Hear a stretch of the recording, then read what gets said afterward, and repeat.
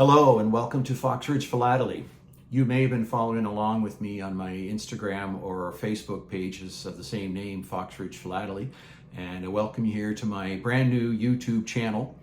I've been encouraged on occasion to give YouTube a try, and I started a personal YouTube channel which seems to have gained some interest, and because of that I thought perhaps I will give stamp collecting on YouTube a try as well. There are a number of accounts that I follow, channels I follow on YouTube, and likely you do as well, and perhaps someday I'll highlight some of those. But for now it's just an introduction to me and to a little bit about what I do with my stamps and how I organize my collection and why I find it so enjoyable. I'm not a videographer of any sort. I'm not a multimedia specialist of any kind. I'm just simply using this with my phone and with a small tripod. No special equipment, no special lighting or microphones for me. And we'll just see how it goes and where this all leads. Right now I'm in my office. My office really acts as my stamp collecting room for the most part. I do some other work in here on occasions, but really it's taken over by my stamp collection. You can see some of that here in the background. I've got a shelf with a number of Davo albums there, and some stock books and some reference material and other odds and ends. And in front of me on my desk I've got a binder that I'm working on with Vario sheets right here, and currently it's the Bahamas that I'm working on.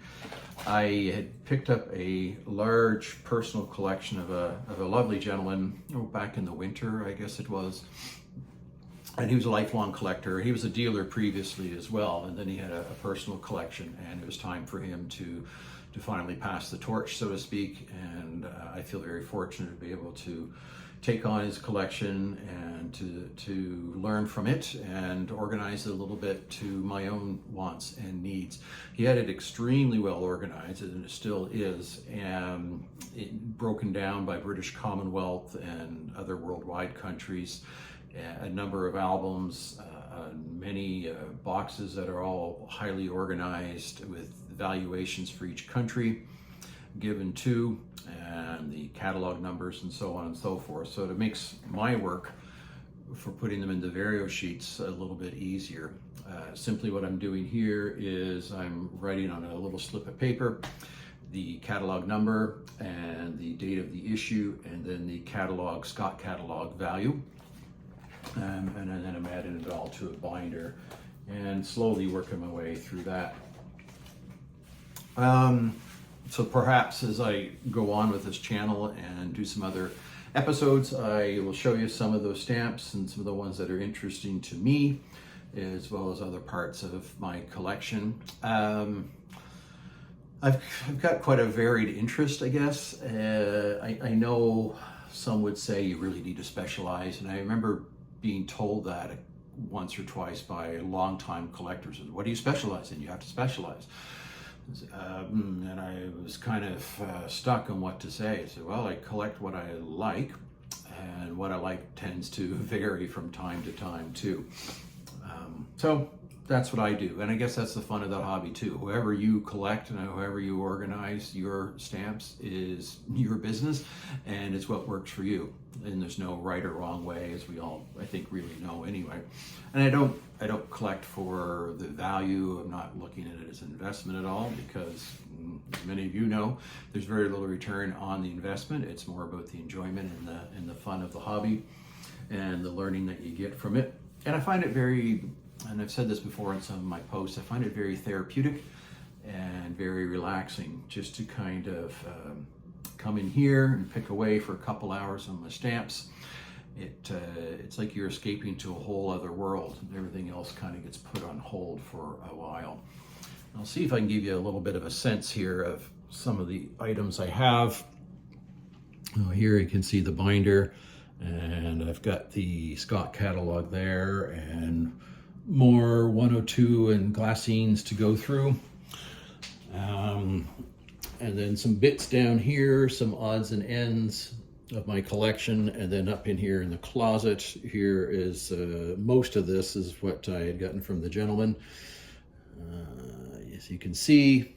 And then I've got other stock books and some binders and albums here too, including right up top there as well. So I've got a lot. I really like the Davo albums. They're pricey, but they're also, to me, they're really, really nice.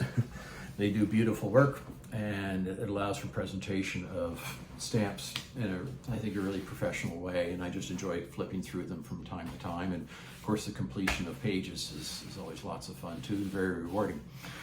So again, just a brief introduction here, and going forward, if there's something that might be of interest to you, perhaps I can post something about it, or if you see something here in my collection that does pique your interest, I can always pull that out and go through that and post that too. I suspect I'll be going through some of these albums that you see up here at some point, and those are some of my favorites up top. There's Ireland and Faroe Islands and Isle of Man and Iceland.